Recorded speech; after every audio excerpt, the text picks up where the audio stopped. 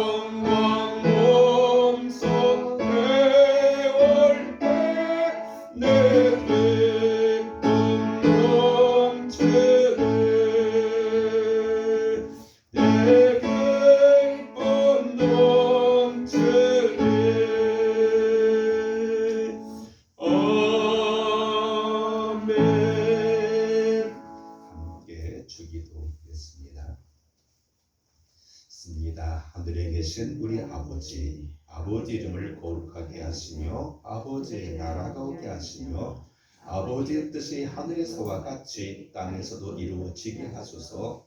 오늘 우리에게 일용할 양식을 주시고 우리가 우리에게 잘못한 사람을 용서하여 준 것 같이 우리 죄를 용서하여 주시고 우리를 시험에 빠지지 않게 하시고 악에서 구하소서. 나라와 권능과 영광이 영원히 아버지의 것입니다. 아멘. 네, 교독문 함께 14번을 교독하시겠습니다. 시편 24편이 되겠습니다.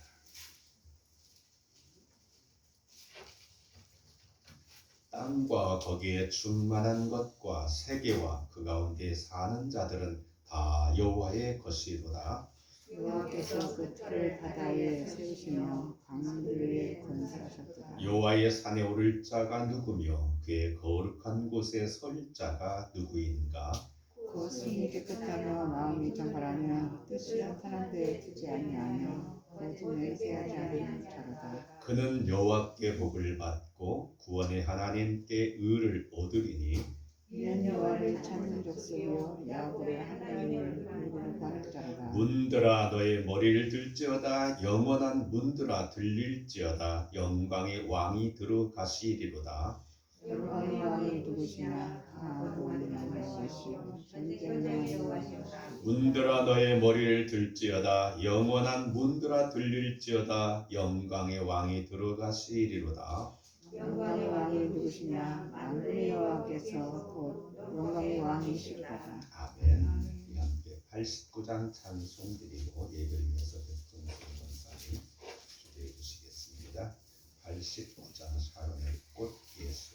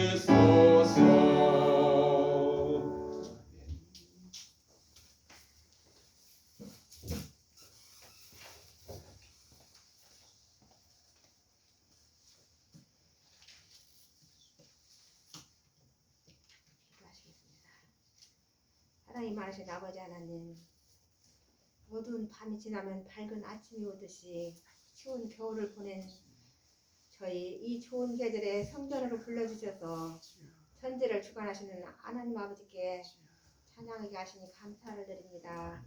주님 홀로 영광 받아주시옵소서. 구원의 약속으로 새겨진 십자가를 바라보며 더욱 경건한 예배를 드리는 날이 되게 하여 주시옵소서. 주님, 십자가를 지신 주님을 생각하면서도 환경에 시달리고 세상에 쫓기며 열심히 살아온 저희들 용서로 보듬어 주시고 긍휼로 덮어 주시옵소서. 주님, 사순절 기간 동안 저희를 위하여 고난을 받으신 주님을 생각하며 기도와 복상 속에 지내게 하여 주시옵소서. 유혹과 욕심이 태어나질 수 있게 도와주시고 고요히 광야에서 묵상하시는 주님을 찾아와 시험했던 그 마귀가 저희를 찾아올지라도 흔들리지 않게 도와주시옵소서. 그 어떤 권세보다도 주님을 모시고 사는 것이 가장 복된 이름을 깨닫게 하여 주시옵소서. 기도와 묵상 속에 고난받으신 주님의 모습이 저희 심령 깊숙이 파고들게 하시고 피 묻은 십자가를 생각할 때마다 저희의 죄를 철저히 돌아보며 회개할 수 있게 은혜 내려 주시옵소서. 오늘도 복음 들고 단위에 서신 목사님 아버지 기억하시고 보혈의 능력으로 덧입혀 주셔서 저희 모두에게 뼛속 깊숙이 파고드는 말씀 증거하게 하여 주시옵소서. 주님, 저희들 심령 속에서 구속에 주님이 왕노하시기를 원합니다. 예배 시중을 주님께 의탁하고 사랑이 많으신 예수님 이름 받들어 기도드렸습니다. 아멘.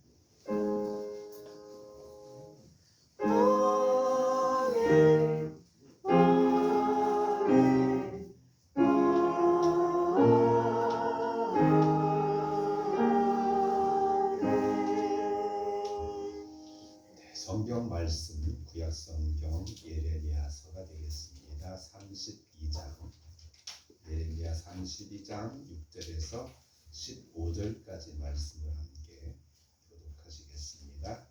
페이지 수로는 1103쪽이 되겠습니다.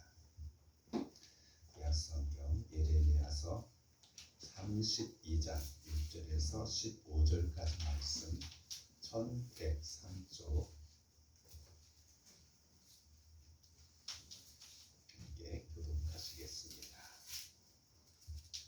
예레미야가 이르되 여호와의 말씀이 내게 임하였느니라 이르시기를 보라, 내 숙부 살롬의 아들 하나님의 의뢰어서 이르기를 너는 아라도에 있는데 바르샤라.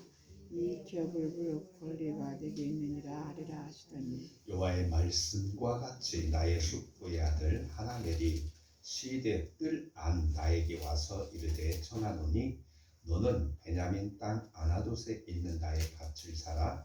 기업의 상속권이 내게 있고 물을 권리가 내게 있으니 너를 위하여 사라 하는지라. 내가 이것이 여호와의 말씀인 줄 알았으므로 내 숙부의 아들 하나멜이 아나돗에 있는 밭을 샀는데 이는 17세계를 달았되 증서를 써서 봉인하고 증인을 세우고 은을 저울에 달아주고 법과 규례대로 봉인하고 봉인하지 아니하는 매매 증서를 여기 가지고 나의 숙부의 아들 하나멜과 매매 증서의 인친 증인 앞과 수의대 뜰에 앉아있는 유다 모든 사람 앞에서 그 매매 증서를 마세아의 손자 네리야의 아들 바룩에게 붙이며 그들의 앞에서 바룩에게 명령하여 이르되 만군의 여호와 이스라엘의 하나님께서 이와 같이 말씀하시기를 너는 이 증서 곧 봉인하고 봉인하지 않는 매매 증서를 가지고 토기에 담아 오랫동안 보존하게 하라.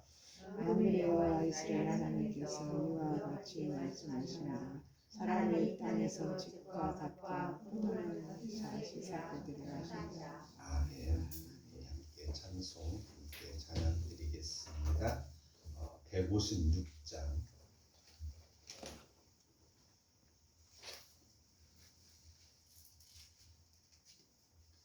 주일날 감사절 찬양을 하시겠습니다.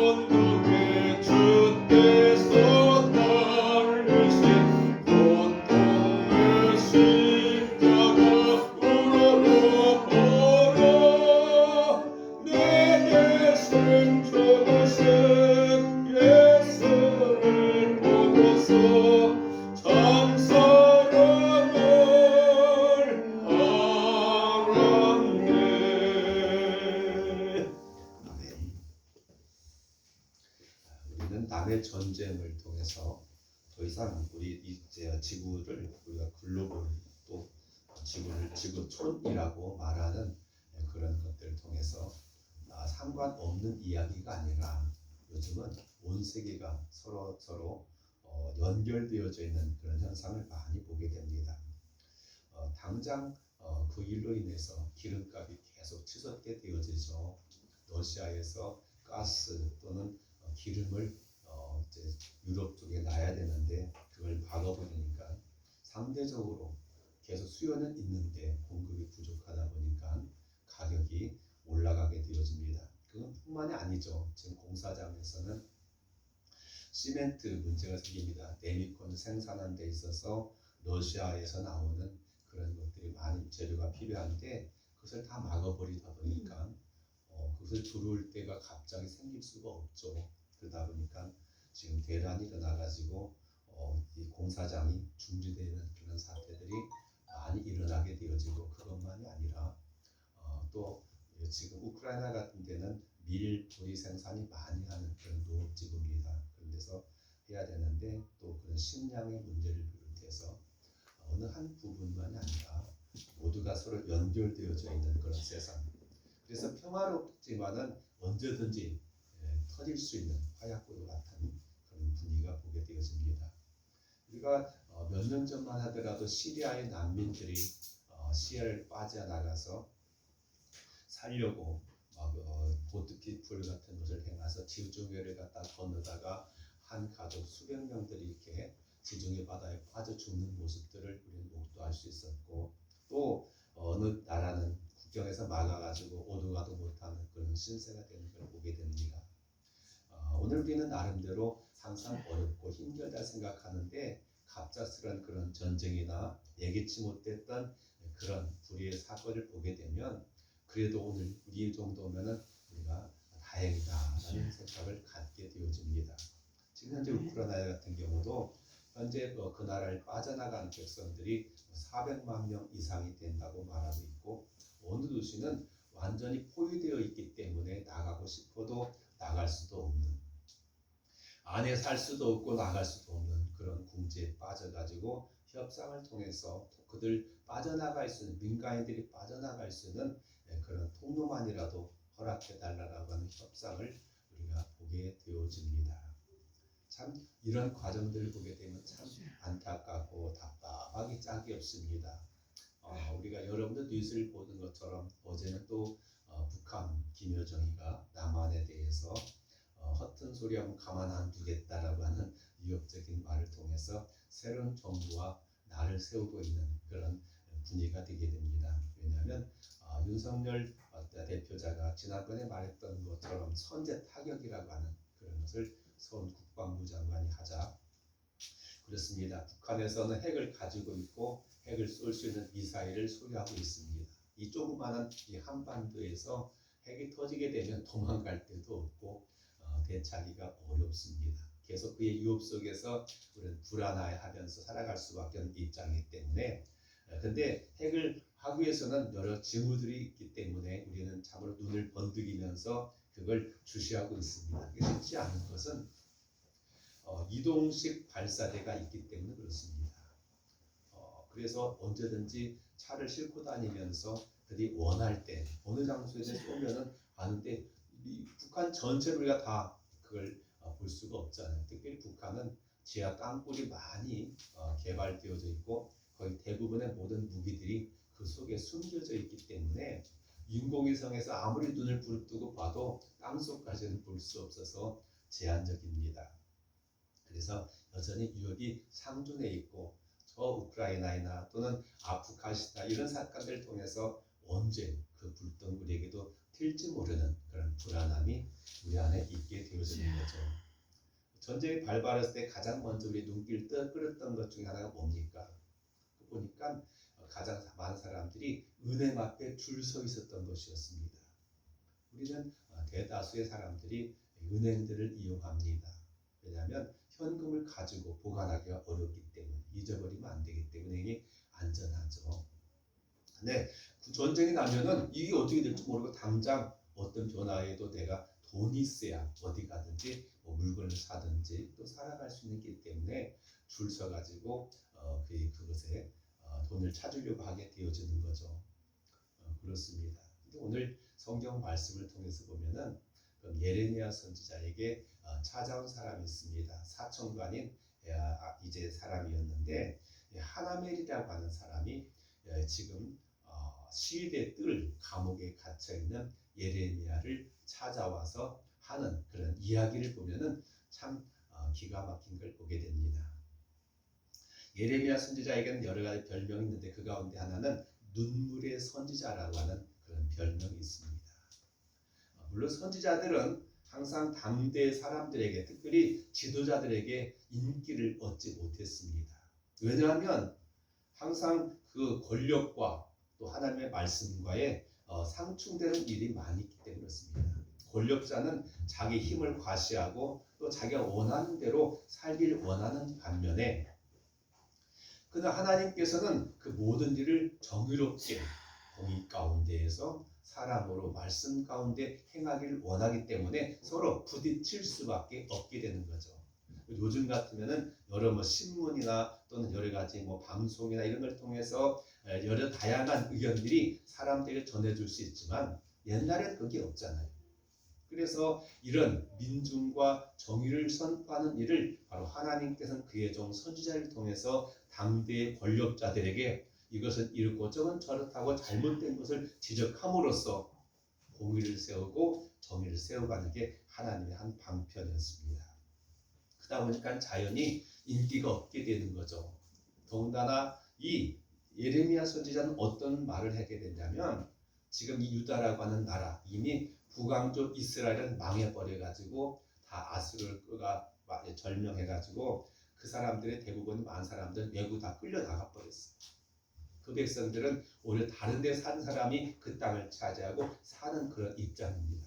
근데 남왕자 유대는 그대로 하나님 앞에 올바른 그 왕들이 있었고 선지자들의 말을 따라서 행했기 때문에 심판이 유예된 가운데 있었습니다. 근데 더 이상 가만히 두고 볼 수 없는 그런 지경에 빠졌습니다. 사람들이 어렵고 힘들다 보면 하나님 말씀을 더 붙잡는 사람이 있는가 하면 하나님 말씀을 제껴놓고 현실에만 매어 살아가는 사람이 많이 있기 마련입니다.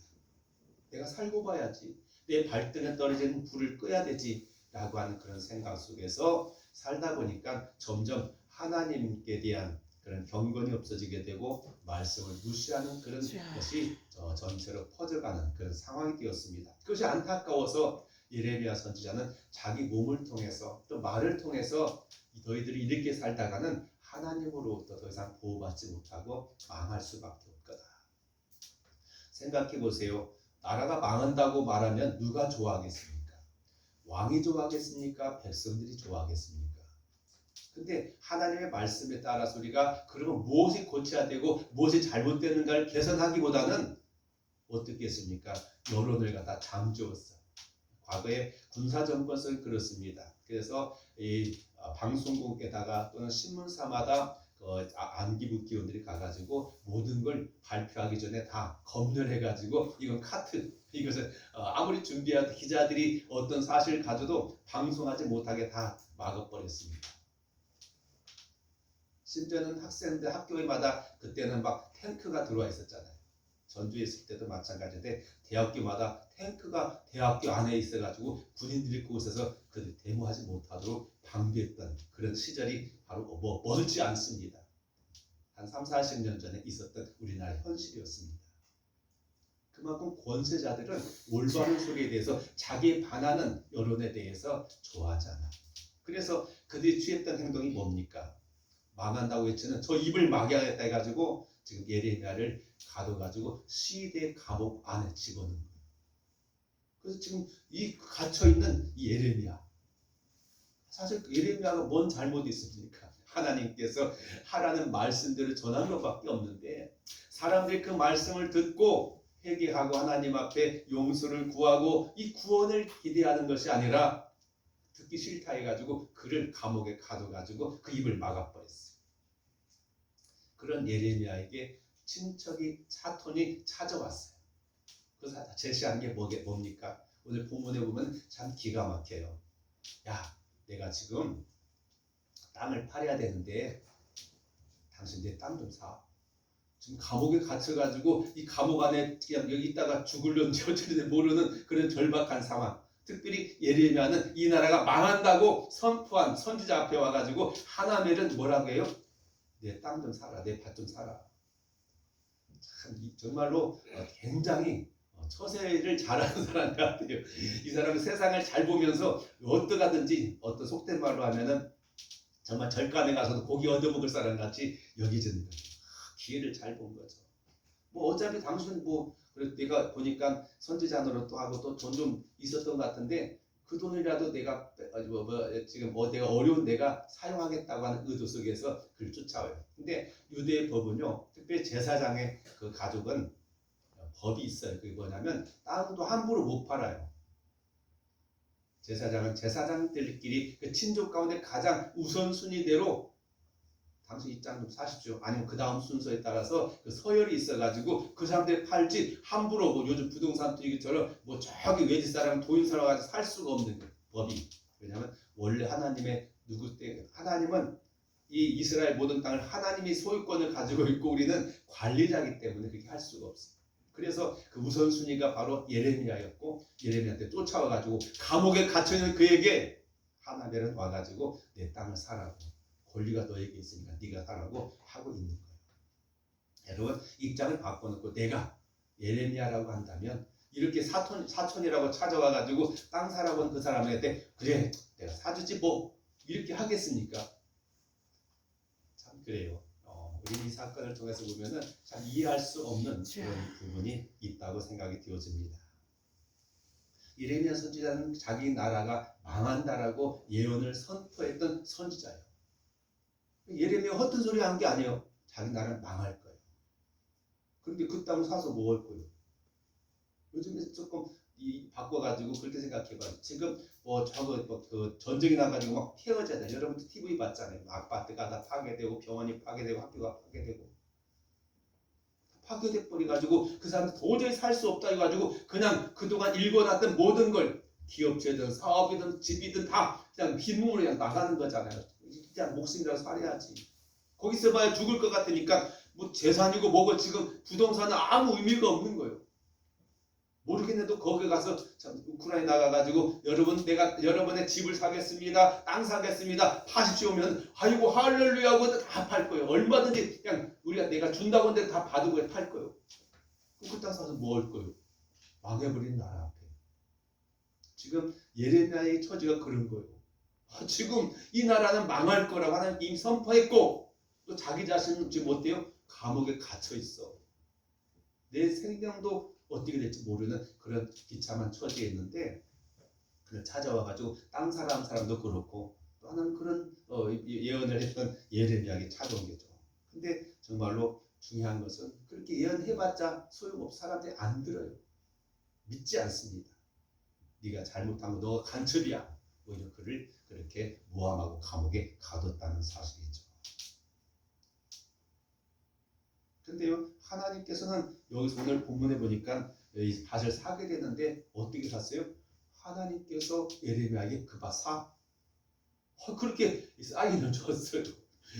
참 이해가 안 되잖아요. 여러분 생각해요. 아니 하나님 이 나라 망한다고 하셨잖아요.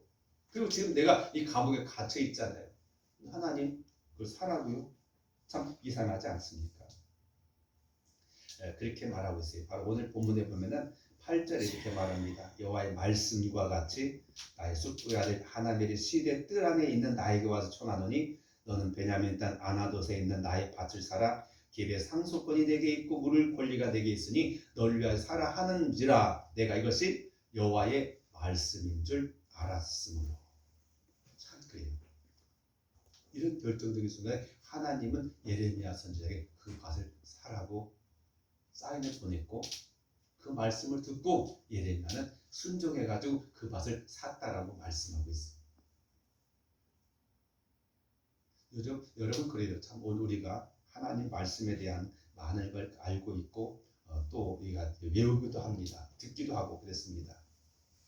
근데 정말 중요할 때, 이 난리 같은 때, 어려운 때일수록 가장 먼저 필요한 게 뭐냐면 현찰이 필요하고, 요즘은 사람들이 돈은 언제든지 유동성이 있기 때문에 대신 좀 지혜로운 사람은 그걸 갖다 금으로 바꿔요. 왜냐하면 금은 나름대로 그 가치가 항상 있기 때문에. 그래서 금으로 바꿔가지고 있든지, 아니면은 전 세계적으로 우리 같은 경우는 지금 변하지 않는 그런 돈들이 있잖아요. 달러를 비롯해가지고 또 프랑스화나 또 이런 돈들이 굉장히 안정되어 있어요. 어디 가든 그 가치가 있습니다. 왜냐하면 지금 현재 러시아 같은 경우는 누브라가 막 다운돼 버려가지고요, 가치가 떨어져가지고 누브라 한 부통 이렇게 갖고 가야 뭐 별로 살 것이 없게 되어져. 그래서 이럴 때는 정말 현금이 필요해서 어디 가든지 그거 가지고서 그 가치가 있기 때문에 내가 살 수 있게 되는 거예요. 근데 하나님께서는 그 지금 아무것도 없는 이것이 내 덱을 갖다가 얻으라고 말씀하고 있는 것이죠. 왜 그렇습니까?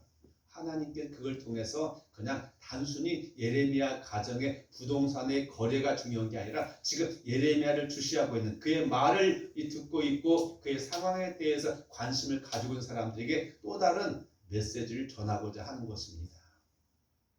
지금 당장 눈앞의 현실은 나라가 망하게 될 것이고 너희들 정말 끝없는 그런 깊은 수렁에 빠져들어갈 수밖에 없지만, 그러나 그 다음 그 너머를 보면 이 나라가 이제 끝나는 것이 아닙니다.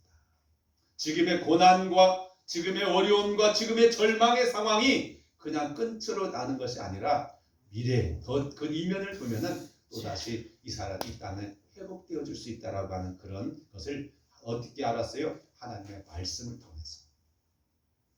그렇습니다. 하나님께서 그의 종을 통해서 이와 같은 사인을 보내면서 그의 말씀을 통해서 그를 이제 듣게 만들죠. 근데 여기서 중요한 게 있습니다.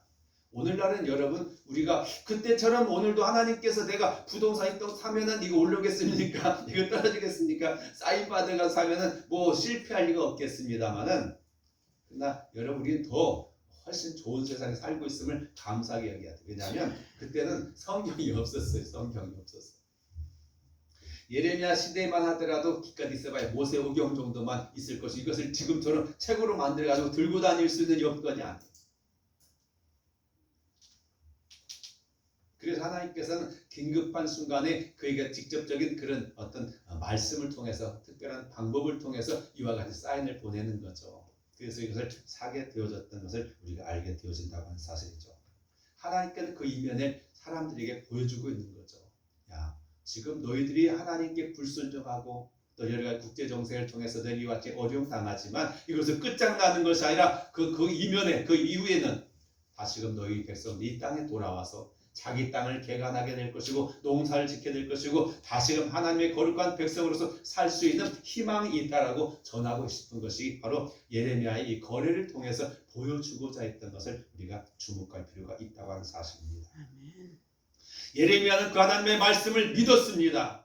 그리고 그 말씀에 순종해서 그는 기꺼이 그 밭을 많은 돈을 두고 사가지고 증인들을 세워가지고 공증인을 세워가지고 정식적인 계약을 통해서 사람들에게 보여주었어요. 내가 이 땅을 샀다. 그러면서 그 땅을 산다는 말은 뭡니까? 이 땅은 이대로 끝날 것이 아니라는 사실을 자기 몸으로 삶을 통해서 보여주는 거죠. 오늘 우리 신앙인들, 특히 우리나라 신앙인들의 문제점이 하나는 뭐냐면 우리가 참 말도 잘하고 아는 것도 많이 있습니다.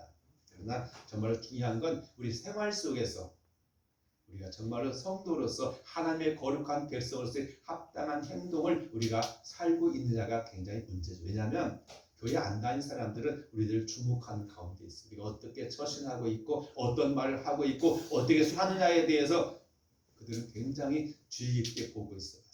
뭐가 잘못되면은요, 하이 저 별것 없네, 저것들 말만 그렇게 하고 겉으로만 그렇지 속을 보면 욕심소생이고 이렇게 생각하는 사람이 많아요. 끝만 보이면. 그래도 우리는 언제나 하나님 의식하면서 조심하잖아요. 우리가 완벽하지는 않고 온전하지 못하고 때때로 실수도 많이 있고 허물이 있지만 자기들은 그냥 그런 게 거리낌이 없이 그냥 살아가는, 그러면서 자기들의 정당성을 갖다가 자랑하려고 할 때가 많아요.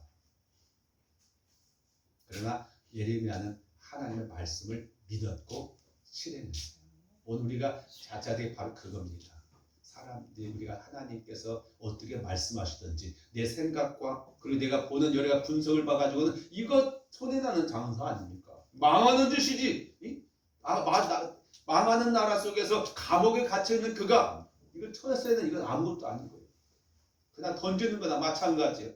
그러나 하나님의 말씀을 실행하는 모습을 그는 스스로 삶을 통해서 보여줌으로써 하나님 말씀에 대한 우리의 자세가 어떤 것인가를 알아야 된다고 여겨지는 것이죠. 아멘. 오늘도 우리도 어려울 때일수록 어떻게 해야 돼요? 하나님 말씀을 우리가 들을 필요가 있다라고 볼 수가 있겠습니다. 왜냐하면 바로 이 예레미야 선지자는 언제나 그의 행동의 기본은 바로 하나님 말씀이었습니다. 32장 1절에도 보면은 유다의 시드기야 왕 열째해 곧 느부갓네살 18해에 여호와의 말씀이 예레미야에게 임하니라. 계속 그래 6절에도 예레미야가 이르되 여호와의 말씀이 내게 임하였느니라. 이렇게 말씀 15절에도 만군의 여호와 이스라엘 하나님께서 이와 같이 말씀하시니라. 그는 항상 어디에 귀를 기울이고 있어요? 모든 행동에 있어서 자기의 판단과 기준이 아니라 하나님의 말씀에 귀를 기울이고 살아갔다는 것을 우리가 주목할 필요가 있어요. 오늘날 우리 사회에는 정말 많은 여론들이 있고 우리가 다양한 매체를 통해서 우리에게 다가오는 정보가 너무 많아요. 인터넷을 통해서 휴대폰을 통해서 방송을 통해서 막 갖가지 세계의 모든 일들이 한순간에 막 정보가 쏟아져 들어와요. 우리 이것을 점검할 필요가 있어요. 어떤 게 우리가 받아들여야 되고 어떤 것을 우리가 이걸 카트해야 되고 어떤 것을 내가 수용하고 행동해야 될 것인가. 이게 없으면요 중심이 없게 되는 거예요. 이 말하면 이리 흔들렸다가 저 말하면 저리 흔들렸다가 이리 왔다 갔다 하는 이 갈대처럼 가서 못 살아요. 분명한 확고부동한 어떤 자기 가치관이 있어야 되고 기준이 있어야 돼요. 그 기준이 뭐냐? 어떤 사람은 오늘에 집중하는 사람이 있고 현실의 문제에 집중하는 사람이 있어요. 그러나 예레미야는 이 모든 걸 떠나서 어디에 집중해서 하나님 뜻인가? 하나님의 원하는 그런 방향인가를 그는 먼저 설정하고 그에 따르는 것을 우리가 보게 되어진다고 하는 사실이죠. 이게 중요합니다. 우리도 항상 그래서 하나님 말씀을 우리가 따라서 그 뜻을 행하는 것이 중요하다고 볼 수가 있겠습니다. 그는 지금 감옥에 갇혀 있고 내일 어떻게 죽을지도 모르고 어떻게 되는지 모르는 절망적인 상황이지만 언제나 그는 어디 열려 있어요?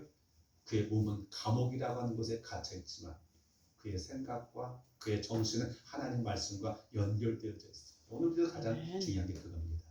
우리 형편은 달라질 수 있어요. 환경은 변할 수 있습니다. 날씨처럼 추울 때도 있고 더울 때도 있고 내게 딱 적당할 때도 있지만 이 말씀이 변하지 않는 그 말씀과의 올바른 관계를 맺게 될 때 우리는 흔들리지 않는 평상심을 유지할 수 있게 되어지고 그 속에서 정말 하나님의 비전이 나의 비전으로 나의 꿈으로 나의 소망으로 살아갈 수 있다고 믿는 것입니다. 그래서 아모스 선지자는 8장 11절에 이렇게 말합니다. 양식이 없어 주림이 아니며 물이 없어 가람이 아니요 여호와의 말씀을 듣지 못할 기갈이 너에게 있게 되어질 것이다. 그래서 성경에서 나왔던 이스라엘 백성들의 가장 큰 암흑기를 가리켜서 그렇게 말합니다. 말라기가 끝나고 예수님의 복음이 전하기 전에 한 400년 그 기간이 가장 어둡고 암울한 시대였다고 말하고 있습니다. 그때는 하나님 선지자가 없었어요. 하나님 말씀이 더 이상 그 시대에 임하지 않았습니다. 그렇습니다. 성도들에게서 가장 중요한 건 영의 양식이라고 할 수 있는 하나님 말씀 언제나 우리 귀에 들려주고 있는가? 우리 그 말씀에 귀를 기울이고 있는가? 우리 어디에 관심을 가지고 있느냐에 따라서 하나님 말씀이 들어올 때도 있고 안 들어올 때도 있고 그렇잖아요. 우리가 어떤 일을 우리가 돈 버는 일에 몰두하게 되면요 하나님 말씀 안 들게 돼요. 어떤 취미 생활에 몰두하게 되면 하나님 말씀이 안 들어요. 술에 취했을 때 하나님 말씀이 안 들게 되고 도박에 빠져도 안 되고 어떤 향락에 빠지게 되면 거기에 취해가지고 하나님 말씀이 안 들게 되죠. 우리가 경건해진 연습이 필요한 이유가 바로 거기에 있습니다. 언제나 그분께 열려 있어야 돼요. 과거에 그 노무현 대통령이 했던 말 가운데 하나 뭐냐면 코드 이야기를 많이 했어요. 코드. 좀 다르게 말하면 채널로 말씀하세요. 우리 오늘날 여러분 TV 집안에 보면은 채널이 얼마나 많습니까? 그냥 뭐 여러 가지 있잖아요. 이런 시골은 조금 제한되어 있지만은 수많은 그 여러 가지 유선 방송을 통해서 또 여러 가지 뭐 KT를 비롯해 가지고 이런 방송들 보면 돌리는 데마다 채널이 얼마나 많은지. 그 말은 뭐예요? 우리가 눈에는 보이지 않지만 수많은 채널들이 이 수많은 전파들이 전 세계에 막 지금 돌아다니고 있는 거예요. 막 전파를 통해서 그 채널이 맞는 데는 그것이 우리가 화면으로 확인할 수 있고 없는 것은 안 되는 거죠. 서로 맞아야 돼. 마찬가지. 하나님은 우주의 소리를 다 지켜보고 계시고 그의 백성들에게 수많은 메시지를 또 사인을 보냈는데 우리가 그걸 캐치할 수 있는가는 우리가 열려 있어야 돼. 그것이 바로 하나의 기도가 되어지고 또 예배가 되어지고 그런 거 아니겠습니까? 아멘. 우리 하나님께 드리는 걸 우리가 하나님께 진짜 수신하는 것이고 송신하는 것이고 우리가 듣는 것은 우리가 송신 이제 수신하는 것이고 바로 이런 과정들이 하나님과 올바른 관계 속에서 우리가 살아갈 수 있는 방향인 걸 알게 되어진다는 네. 사실이죠. 근데 또 한 가지가 인간적으로 생각해 볼 문제가 바로 여기 있어요. 왜냐하면 요즘 그 투기꾼들이 보면은요 잘못된 정보를 갖다 거짓된 정보를 흘려가지고 그 지역에 막 그 땅을 상승시키거나 아니면은 막 물건들을 갖다 굉장히 값을 비싸게 가지고 그 값싸게 사가지고 이득을 남긴 사람들이 있어요. 어찌 보면 세상적인 눈으로 보면요 예레미야의 그 말과 태도를 통해서 사람을 비판할 수 있어요. 아니 저거 봐라 하나님 종이라고 해가지고 믿었더니 이상하네. 왜요? 나라가 망한다고 했는데 땅을 사? 저건 완전히 어떻게 보면은요 사기꾼 같잖아요. 사람들이 망한다고 해가지고 다 모두가 이제 우리 어떻게 할까 해가지고 그러고 있는데 아니 땅을 사고 있어요. 어쩌서 보니까 이상하네. 그래요. 이 세상은 보면 그렇게 생각할 수 있어요. 바로 우리 성도들이 가진 삶의 자세 속에 그럴 수도 있습니다. 사람들이 보면 우리 태도를 본다고 말씀을 쓰습니다. 이해 관계 속에서 이득을 쫓는 것을 우리가 그들은 주시하고 있을 것입니다. 그렇잖아요. 부동산 투기한다고 생각하지 않아요? 그렇습니다. 그러나 중요한 것은 사람들의 오해나 평판에 대해서 우리가 냉정할 필요가 있어요. 이 군중들의 심리라고 하는 것은요, 마치 물결처럼 막 이리 갔다 저리 갔다 바람 따라서 흔들릴 수 있어요. 거기다가 우리가 초점을 맞추게 되면 우리 신앙생활 바로 하기가 어려워요. 누가 이 소리 하면은 아멘. 그것 때문에 발끈하고 누가 저 세우면 낙담하게 되고 또 어쩔 때는 그냥 좋아가지고 흥얼거리고 그러면 안 돼요. 하나님의 백성은 좀 신중할 필요가 있고 중심을 바로잡을 필요가 있어요. 그래서 사도 바울은 이렇게 말하죠. 갈라디아서 1장 12절에 말하면 10절에 말하면 내가 이제 사람들에게 좋게 하랴 하나님께 좋게 하랴 사람들의 기쁨을 구하랴 내가 지금까지 사람의 기쁨을 구하는 것이었다고 한다면 그것이 종이 아니다. 오늘날 사람들은 그래요. 하나님이 나를 기쁘시게 여기는 것보다 누구에 관심이 있어요? 사람들이 나를 어떻게 평가하느냐에 따라 더 많은 길을 기르고 있어요. 사람들이 잘했다고 칭찬하면 으쓱하게 되어지고 사람들이 손가락질하고 뭐하면 그냥 우리가 또 위축되어져 가지고 살아갈 때가 많죠.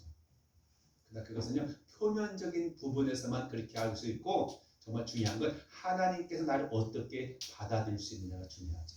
아멘. 예레미야 시대 속에서 안타까운 것은요 이런 말씀이 나와요.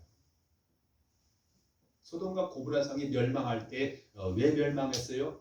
아브라함이 그 놀라운 기도 속에서 하나님께서 소돔 성에서 의인 10명만 있으면 하나님께 그들 때문에 그 모든 죄를 용서해 주겠다고 하셨어요. 근데 의인 10명이 없어서 소돔은 망했어요. 과연 오늘 우리가 사는 이 시대 속에서 하나님께서 오늘 너희 나라에서 의인 10명 있으면 내가 이 나라를 갖다가 모든 위험으로부터 내가 보여주겠다고 말할 때 우리는 과연 의인 10명을 내세울 수 있느냐를 우리가 생각해 볼 필요가 있는데요. 그런데요. 예레미야 시대 때는 이렇게 말씀하세요. 내가 예루살렘 성들을 다 돌아다니면서 의로운 사람 한 사람만 있으면 그 사람 때문에 내가 용서하겠다. 그렇게 말씀하셨어요. 그만큼 하나님 보실 때에는 모두가 다 하나님의 기준에 미치지 못하는 그런 삶을 살고 있다는 거죠. 그만큼 세상이 혼란스럽고 모두가 자기중심적인 삶을 살고 있다는 그런 형편을 우리가 보게 됩니다. 그래서 하나님께서 더 이상 손쓸 수가 없는 그런 상황이기 때문에 그냥 이런 세계는 망할 수밖에 없다라고 하는 거죠. 왜냐하면 하나님은 공의의 하나님이시기 때문에 그렇습니다. 오늘날 우리 사회에 좀 잘못된 좀 다른 부분이지만 자식들을 좋게 낳고 그 아이를 갖다 왕자처럼 공주처럼 키우다 보니까 오냐오냐만 하다 보니까 바른 것을 가르치지 못한 부분입니다. 안 되는 것에 대해서 분명히 단호하게 이건 아니야라고 말할 수 있어야 되는데 그냥 뗐으면 그냥 앙탈 부리면 그냥 그래 이번 한 번 맞는데 한 번이 두 번 되고 그 생활이 되어지고 그게 기준이 되다 보니까 그 사람이 나이 먹어가지고 자식들 부모가 용돈 안 준다고 죽이기도 하고 욕설하고 그렇게 폐륜하게 적인 사람이 되고 있지 않습니까? 그게 참 안타까운 거예요. 옳고 그름에 대한 분명한 선을 부모들이 가르쳐줘야 되는 거. 그렇잖아요. 그렇죠. 누가 가르쳐줘요? 세상이 학교에서요? 안 가르쳐줘요. 사회 이 TV가요? 드라마 보세요. 정말 기가 막힌 별 소리 다 하잖아요. 배울 데가 없어서 그런 거예요. 사실은 누가 있어야 돼요? 우리 어른들이 있었어요. 근데 그런 것들 무시해버리고 그냥 어쨌든 그냥 잘 해주기만 하면 된다고, 부탁만 들어준 대로 이루어주면 된다고, 돈만이면 다 된다고 생각했어. 그러다 보니까 지금 우리가 참 어려운데요. 하나님은요 그걸 원치 않아요. 그래서 분명한 선을 그어줍니다. 이것을 이렇게 할 때 이렇게 하겠다라고. 바로 그 좀 잘못된 길인데 그렇습니다. 바로 우리가 중요한 게 바로 그거죠. 예수님께서 십자가 길을 가실 때 그때 제자들이 또 사람들이 어떻게 해서 예수님 그러면 안 되십니다. 예수님의 첫째 제자라고 할 수 있는 베드로부터 망했어요. 예수님 그럴 수 없습니다라고 그는 강력하게 주장했어요. 그 소리 들어야 돼요? 안 들어야 돼요?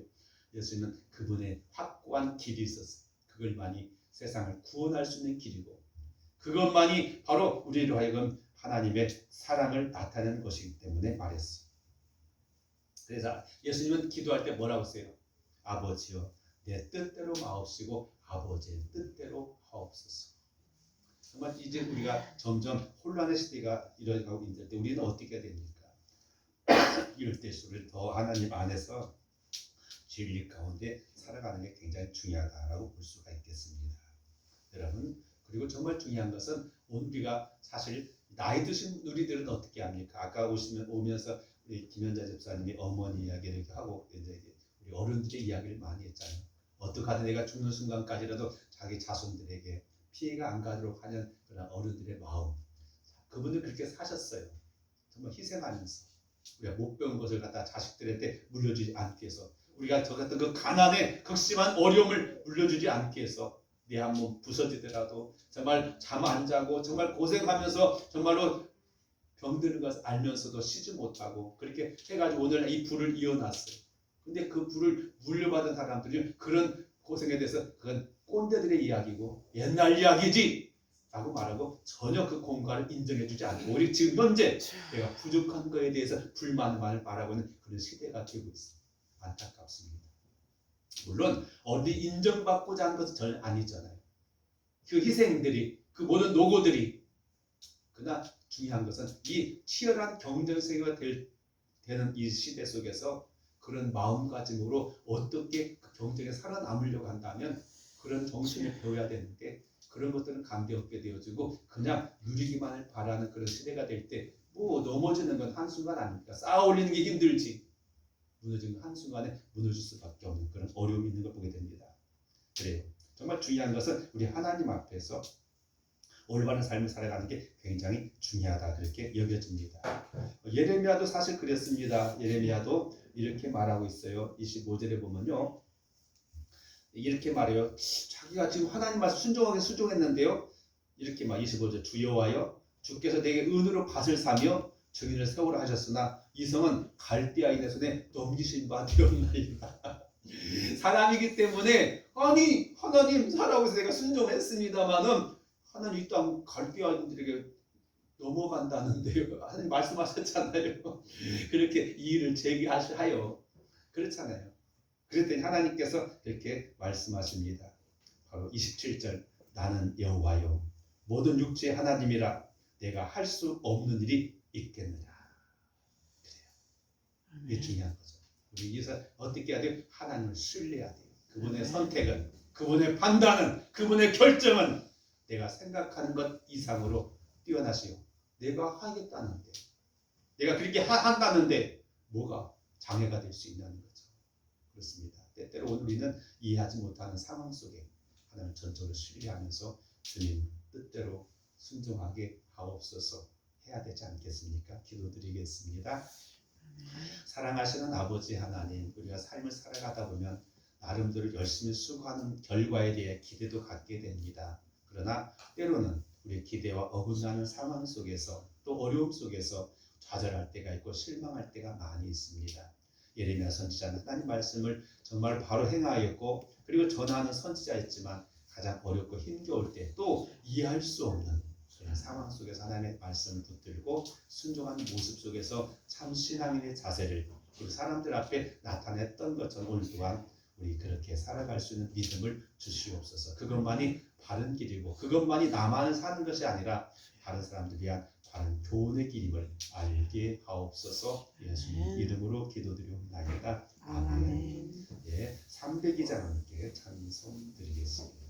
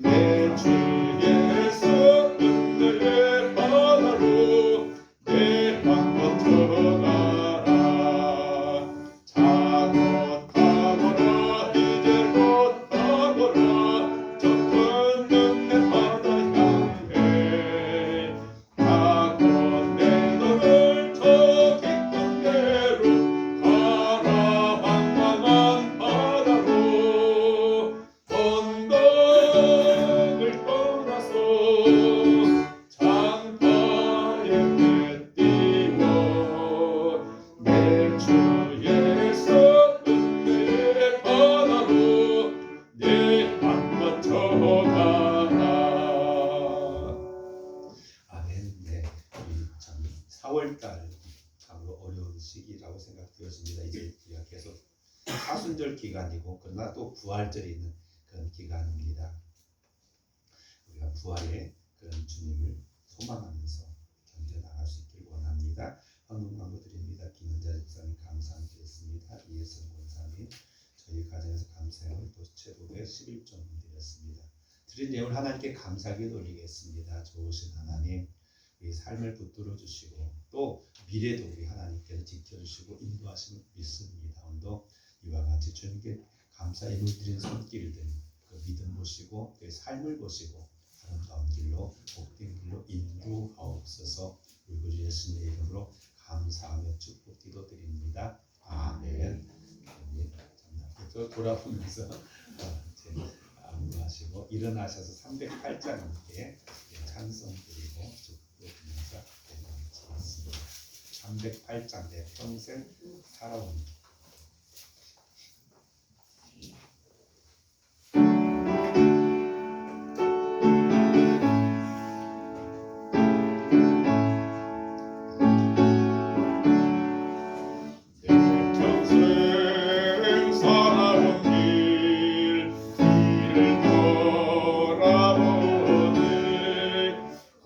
걸음마다 자음마다 모두 죄